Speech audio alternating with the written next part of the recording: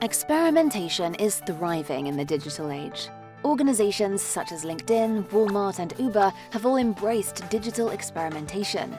While research has examined how organizations can benefit from experimentation, in our paper we ask, how does experimentation affect the autonomy of those who are subjected to experimentation, such as workers on digital labor platforms? To answer this question, we analyzed nearly 2 decades of qualitative data from one of the world's largest digital labor platforms for higher skilled work, providing insights into how gig workers experienced experimentation. In analyzing our data, we discovered 3 experimentation regimes, which were different in how the platform experimented on workers. At first, experimentation was explicit and conducted only on those who had voluntarily opted in and given their consent. Over the years, experimentation became concealed, with workers becoming enrolled in experiments without notification or consent.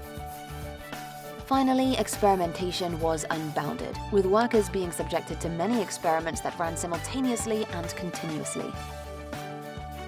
We inductively develop a model that we call the experimental hand, capturing how successive changes in platform-based experimentation regimes over time reconfigure workers' autonomy in differential ways. Workers first experienced increased autonomy, followed by diminished autonomy, and finally they normalized their diminished autonomy as a business-as-usual aspect of work life on the platform. This progression renders experimentation as something that is natural and inherent, as opposed to artificial and imposed.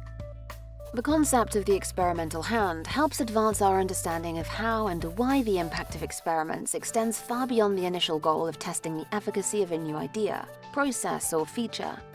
Just as the concepts of the invisible hand and visible hand prompted subsequent scholarship to focus on the social effects of markets and hierarchies, respectively, we hope the notion of the experimental hand will help galvanize scholarly efforts to further understand the social effects of experimentation.